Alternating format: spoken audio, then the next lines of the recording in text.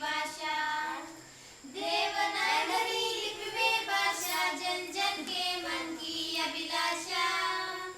देवनागरी लिपि में भाषा जन जन के मन की अभिलाषा।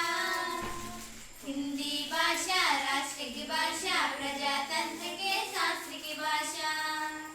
हिंदी भाषा राष्ट्र की भाषा, प्रजातंत्र के शास्त्र की भाषा।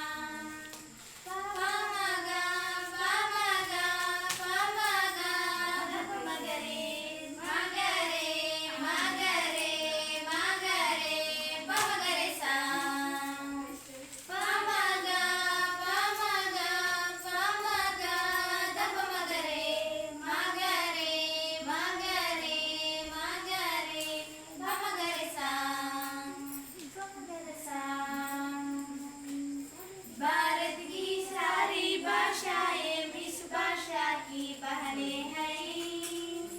भारत की सारी भाषाएं इस भाषा की बहने हैं। मुकुट राष्ट्र भाषा का सिर पर शोभित इसके गहने हैं।